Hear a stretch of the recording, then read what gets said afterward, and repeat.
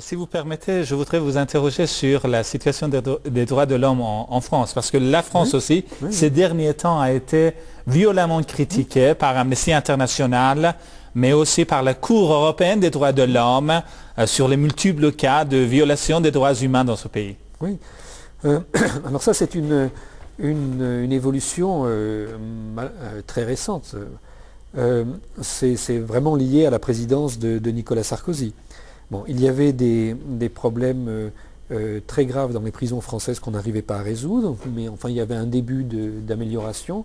Et là, nous voyons des violations répétées, donc des atteintes aux droits de certaines personnes en raison de leur appartenance à un groupe ethnique.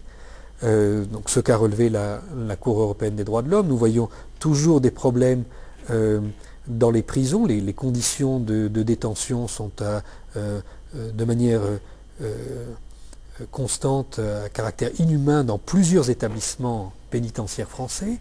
Alors pas dans tous, hein. Encore une fois, il y avait eu une amélioration à un moment donné, mais là nous voyons à nouveau une détérioration. Il y a les violences policières, et on a vu dans les dernières manifestations ces images qui ont fait le tour du monde de policiers français en train de matraquer très violemment des enfants. Donc ça, je m'adresse à mes compatriotes français parce que il y a eu des discussions en France sur le fait de savoir si ces grèves et ces démonstrations abîmaient l'image de la France. Alors je peux vous dire tout de suite, dans le reste du monde, ces grèves et ces manifestations n'ont pas abîmé l'image de la France. Ce qui abîme l'image de la France, c'est le comportement de Nicolas Sarkozy, le type de répression qu'il a exercé.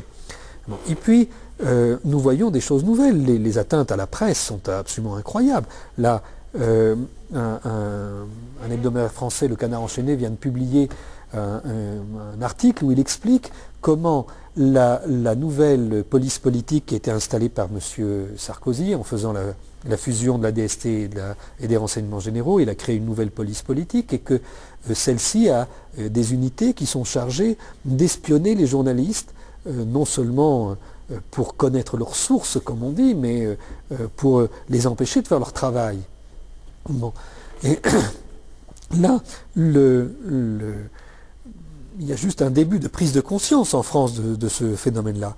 Mais malheureusement, je suis un exemple de cette affaire. Moi, j'ai été obligé de quitter la France à cause des menaces qui ont été proférées à mon encontre par les sbires de M. Sarkozy.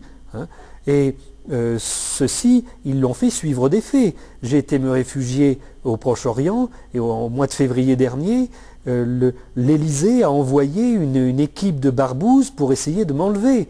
Donc tout ça, c'est pas des mots en l'air. Il y a quelque chose qui est en train de se détériorer de manière extrêmement grave dans notre pays. Et ça commence toujours alors par quelques personnes qui ne font pas consensus comme moi, hein. Et puis après ça s'étend progressivement et maintenant c'est en train d'atteindre les grands journaux, y compris les journaux détenus par les amis personnels de M. Sarkozy, et même dans ces journaux-là, les journalistes ne sont plus à l'abri.